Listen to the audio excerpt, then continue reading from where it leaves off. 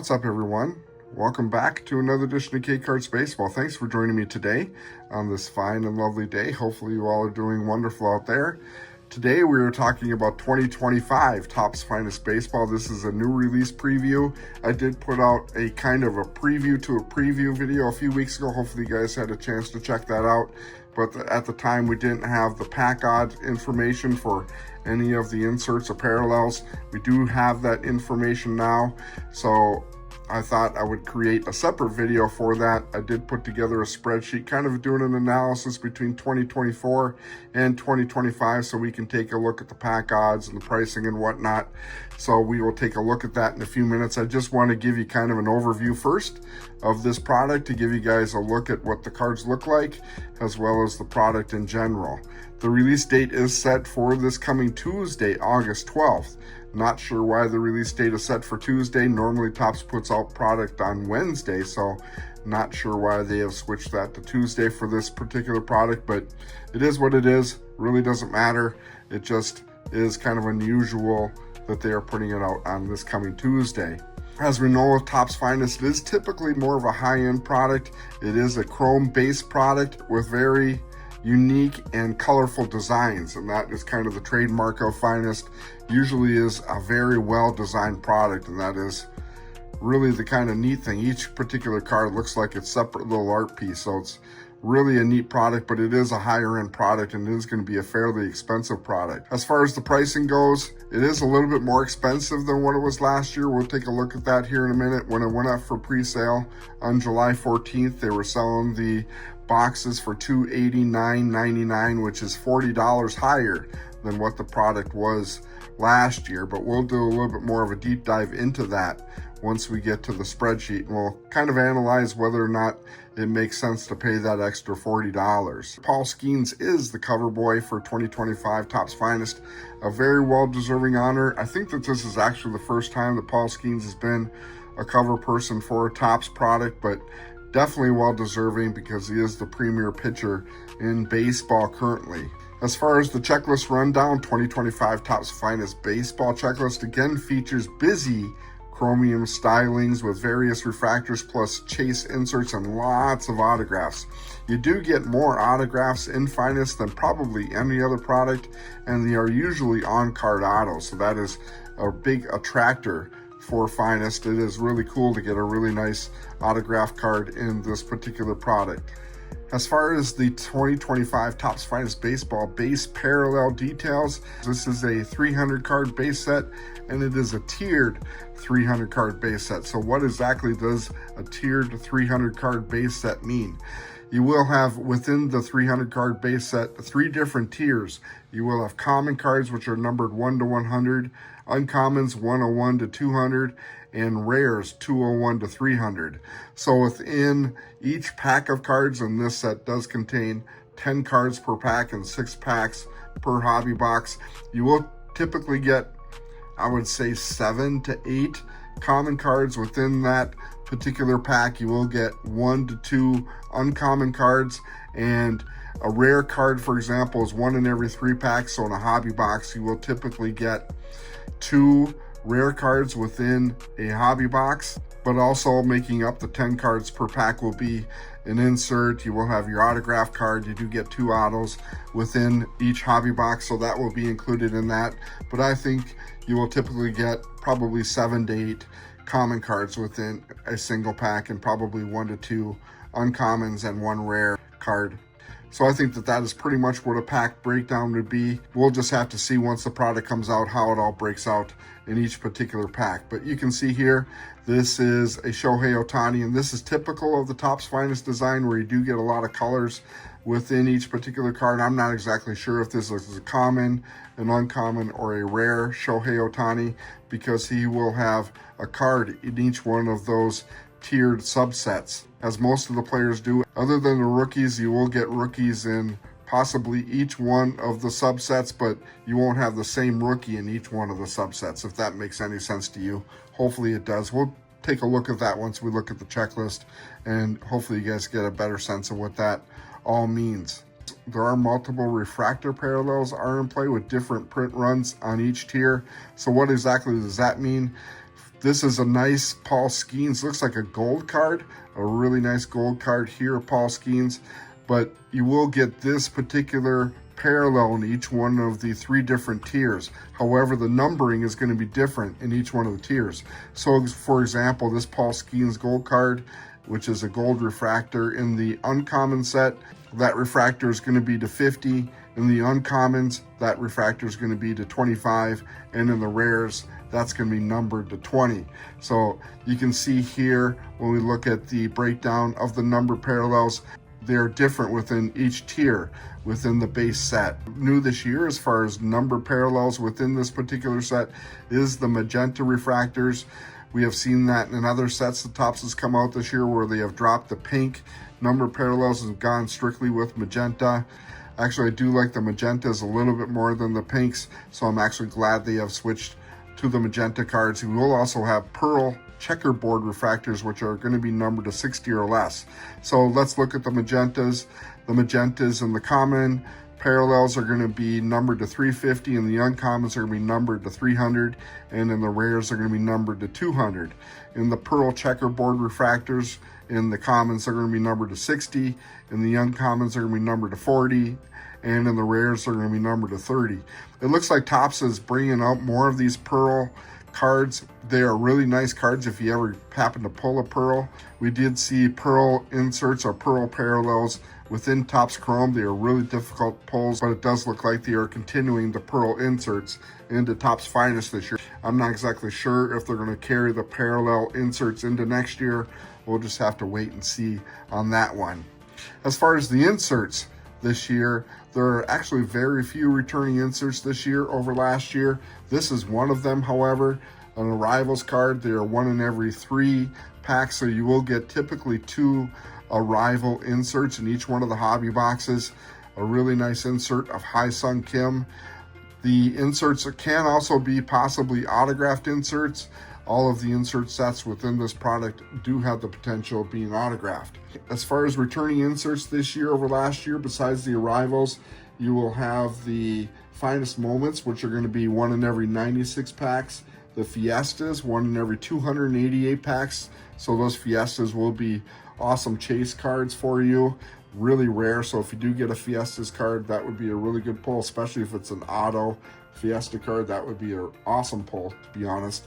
The timelines are 1 in 5, so you will get 1 timelines card typically in each hobby box. And finally, the Let's Go inserts, which are going to be 1 in every 609 packs. Another new insert this year is going to be the Creators insert, which are 1 in every 3 packs. So you will get typically 2 Creators inserts in a hobby box. This is a throwback to the 1997-98 NBA Topps Finest set, where they did have creator inserts in that set. I'll throw an overlay of that insert set up for you so you can see the differences between that insert and this insert this year. Quite a bit of difference as far as the quality of the overall product. New chase inserts this year include Bullish, Gusto, and Smashing Through.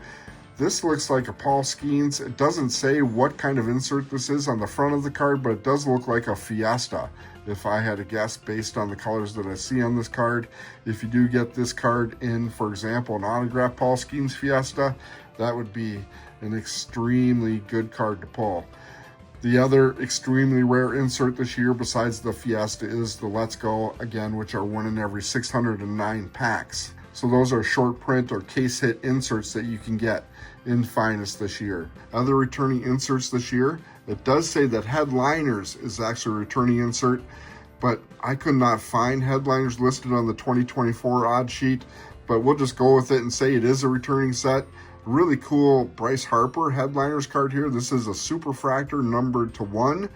You can see the oversized head of Bryce Harper. This would be a really awesome card to pull for sure. Really nice Headliners card. I do like that oversized head. It does remind me of like the big head cards that you can find in some of the Panini products. As far as the autograph details, let's dive into the autographs. You do get 2 autograph cards per hobby box, and those autographs can be one of the common, uncommon, or rare base set cards, or a number parallel card, or even an insert. Each one of the inserts do have autograph cards within them. This is a really nice Nick Kurtz, looks like a green parallel card, auto card. It is an on-card auto, so this will be a really nice pull here of Nick Kurtz, kind of the hottest rookie within baseball currently with Jacob Wilson being out. But that would be a really fun parallel to pull. Actually, 2 years ago when I bought a box of Finest, I pulled a red autographed parallel numbered to 5. It wasn't of a really good player, but it was still a red numbered to 5. So I thought that was actually pretty cool. As I mentioned earlier, each one of the insert sets will also feature autograph card. You can see this Finest Moments of Derek Jeter. This would be another really cool card to pull. This is from September 25th of 2014, which I believe was Derek Jeter's last game that he played when he had the walk-off home run in his last at-bat. A heck of a way to end a career for one of the greatest to ever play the game for sure. But this Derek Jeter card would be a super awesome pull to pull an autograph card of that. Another autographed insert is the Gusto-Graphs. This is a Mike Trout Gusto-Graph on-card auto. You can see the brightness of the colors on this Gusto-Graph card, so it is a really nice card.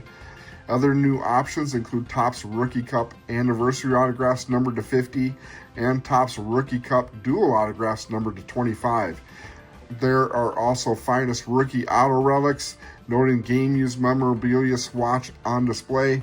There are also Finest Rookie Auto Relic cards. You can see here this rookie game-used relic auto card of Dylan Cruz. This looks like it is a red numbered to 5, so this would be a really awesome pull. It is a sticker auto, however. I don't know if all the rookie patch autos are going to be sticker autos or on-card autos, but I would tend to guess that they're going to be sticker autos in general. But if you pulled this card like of a James Wood or a Cam Smith or even a Matt Shaw, that would be a really good pull as well. Jacob Wilson or Nick Kurtz, any one of the top rookies within the class this year. As far as the configuration goes, again, we only have hobby boxes. We don't have jumbos and blasters and fat packs and single packs and all the different configurations, just strictly hobby boxes. So it's nice and simple and easy.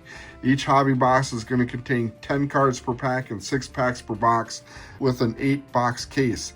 Within each hobby box, you're going to get 2 autograph cards. Again, those can be of any one of the base set, the inserts, or a parallel. The price for a hobby box on the pre-sale was $289.99. I'm not exactly sure if that's going to be the same price on the actual release date. They are up on pre-sale on eBay for anywhere between $450, $410, $408, so right around $400 on pre-sale on eBay. Again, not the best way to go. I'd rather just wait for the actual release date. We'll just have to see if the release price is the same as the pre-sale price on Topps website. Again, I would expect this product to sell out extremely fast once the release date comes out this coming Tuesday. As far as the checklist goes, I'm not going to do a tremendous deep dive into the checklist.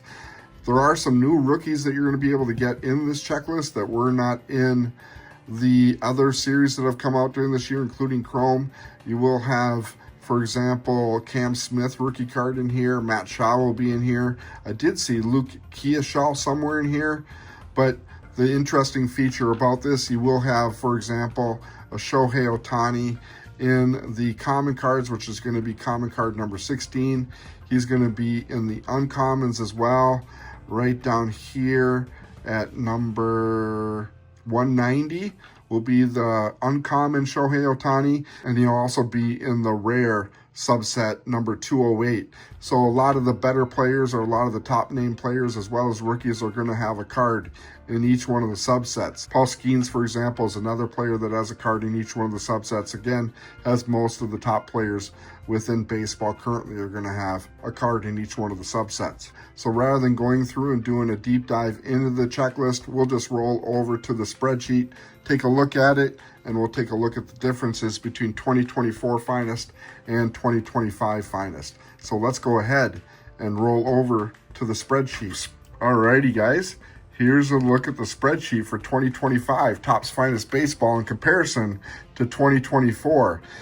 The format, of course, is just the hobby boxes. The configuration remains the same this year as what it was last year, with 6 packs per hobby box and 10 cards per pack. However, there is a significant difference as far as the price this year versus last year. The price on pre-sale last year was $249.99 or $250.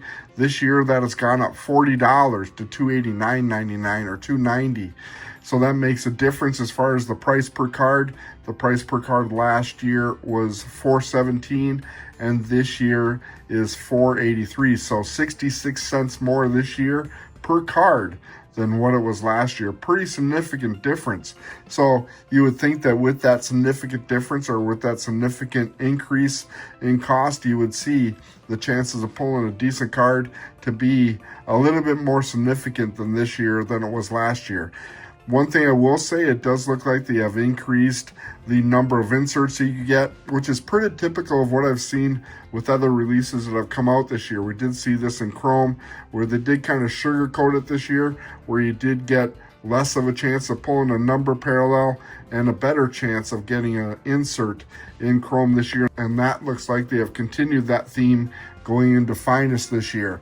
One thing I really wanted to mention, however, is that if you go on to Topps website and pull up the odds, you will not find 2025 Topps Finest odd sheet available on the website currently 4 days before the release. Normally you will get the odd sheet typically around 3 weeks before the product actually comes out. So not to have the odd sheet put up on Topps website and we're 4 days away from the release is worth the question as to the reason why that is happening. I don't know if it's because of the dramatic differences that they have put out this year and didn't want to create controversy or whatever. You can speculate as far as whatever the reason is, but it is just a fact that they have not put the odd sheet up currently on Topps website. Worth the question, definitely. When we look at the breakdown of the parallels this year versus last year, the refractors and the oil spill cards are going to be the same, where you do get refractors 1 in every 5 common cards, so you will get 1 refractor per hobby box. The oil spills are 1 in every 132, so actually a little bit better this year than what it was last year by 1 per pack. The rares are going to be the same, 1 in every 790 packs of the oil spills. I haven't seen one of those oil spill cards yet. I can imagine what they look like. It would be kind of a fun pull for sure. The odds of pulling one of the, let's call them base parallels this year over last year is significantly worse this year than what it was last year. Again, we did see this in Chrome and other releases this year, so this continues the theme that we have seen throughout the year with the increasing price of the product and the increasing or the worst pack odds of pulling a number parallel. Kind of an ugly trend. Hopefully it gets fixed, but some of these are actually pretty significant. An orange, for example, of a common going from 1 in every 137 packs last year to 1 in every 161. Blacks, 1 in 171 last year to 1 in every 202. Reds from 1/341 to 1 in 403, and so on and so forth. I'm not going to go through each one of these, but you guys can see what the pack odds this year versus last year and what the differences are. Again, I feel it's pretty significant. It does look like by these numbers, it does look like they have increased the print run this year over last year, and that is why we have the increased pack odds this year over last year pulling a number parallel. I don't know exactly what the print run this year versus last year is, but if I had a hunch, that is what we would see once we take a look at the print run. When we look at the inserts on the autos, you can see how they have increased the number of inserts this year over last year. However, there are some inserts that they had last year that they don't have this year. For example, the Future So Bright cards, which was an insert last year, but not an insert this year. That seems to be very similar to what the creators card would be or the debut card would be, which are 1 in every 3 packs. So I think that the Future So Bright cards last year are the same as what the debut cards are going to be this year. So they've just swapped out the name basically from Future So Bright to the debut cards this year. The autograph cards again are going to be 1 in every 11 packs, which is a little bit deceiving because you do get 2 autos per hobby box. So they're basically 1 in every 3 packs. So I don't know why they have the pack odds of pulling an auto 1 in every 11 packs when it's basically 1 in every 3 or 2 per hobby box. The finest moments have increased this year, 1 in every 67 packs last year, 1 in every 96 this year. The arrivals are the same as what they were last year, 1 in every 3 packs. The bullish, the Fiesta, and the Let's Go are the most desirable inserts that you're going to have in this set. The Bullish are 1 in every 192. Fiesta is the same as last year at 1 in every 288. And the Let's Go's are a little bit better this year than what they were last year. 1 in every 609 this year versus 1 in every 680 last year. Another new insert this year that's going to be a desirable insert is going to be those smashing through inserts, which are 1 in every 192 packs. So that's a look at the spreadsheet for 2025 Topps Finest. Again, there are some pretty alarming trends where we do have the increased pack odds of pulling a number parallel with the increased price of the product. Really concerning. That is a trend we have seen throughout the year, however, in all the base products or all the products that Topps has put out. But hopefully it levels off sometime soon. They can't continue to charge us the additional cost while not giving us the same number of parallels or the same bang for a buck for that increased cost. They're kind of dressing it up a little bit as far as adding additional inserts, but are inserts as valuable as pulling a number parallel? I think not, unless it's going to be one of the higher end inserts. We can debate that all day long. You guys can let me know what your thoughts are down in the comment section. I'd be very curious to hear what you guys had to say about that. That is my thoughts on it, and that is my look at 2025 Topps Finest Baseball. As far as me personally, I love Finest. Finest was one of my favorite releases that comes out during the year, but at $290 a box, that is a little bit on the high side of what I can afford. Update is coming out pretty soon, so I'd rather save up my money for Update. Update, I think, is going to be pretty loaded this year, so I'm looking forward to that. They have kind of put out a little bit of information about Update. They don't have a release date currently, so as soon as we have that information about Update, I will get that out to you as quickly as I possibly can. I'll probably be more or less lean to possibly buying into a break of Finest, or possibly buying singles or stick to singles of Finest. I love the colors in Finest. It is, again, an absolutely gorgeous product, but at $290 and less chances of pulling a number parallel, that makes it a very difficult purchase for me. So let me know down in the comment section below what you think of Finest and whether or not you're going to be a buyer of Finest. I'd be very interested in hearing what you guys have to say about this product, what the pack odds are, and all of your information or all of your thoughts about this particular product. If you're new to the channel, please go ahead and hit that like, subscribe. Greatly appreciate it. Anyways, guys, thanks to all my OG subscribers. I appreciate your continued support. That is all I got for you guys tonight. Be safe out there, guys, and happy collecting. We'll talk to you guys in the coming days with more content on the K Cards channel.